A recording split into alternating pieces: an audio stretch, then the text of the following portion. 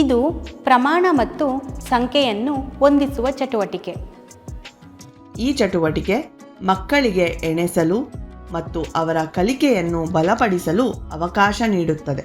ಚಟುವಟಿಕೆಗೆ ಬೇಕಾದ ವಸ್ತುಗಳು ಇಲ್ಲಿವೆ.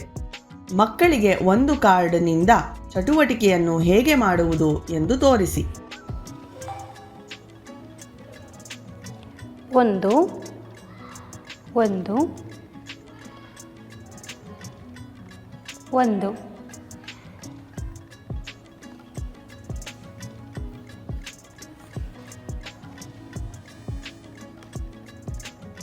1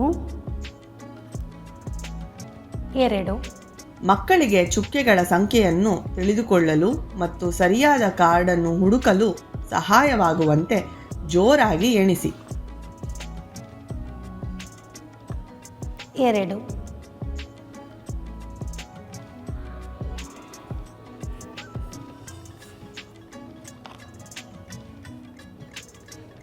1 2 3 ಮಕ್ಕಳು ಚಟುವಟಿಕೆಯನ್ನು ಸ್ವತಃ ಮಾಡಲು ಪ್ರೋತ್ಸಾಹಿಸಿ. 3 ಈ ಚಟುವಟಿಕೆಯನ್ನು 2 ಮಕ್ಕಳು ಒಟ್ಟಿಗೆ ಮಾಡಬಹುದು ಹಾಗೂ ಒಬ್ಬರ ನಂತರ ಒಬ್ಬರು ಸರದಿ ತೆಗೆದುಕೊಳ್ಳಬಹುದು.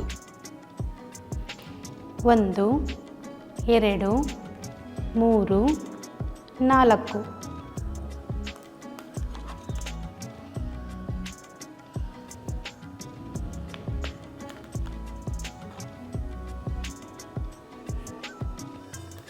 4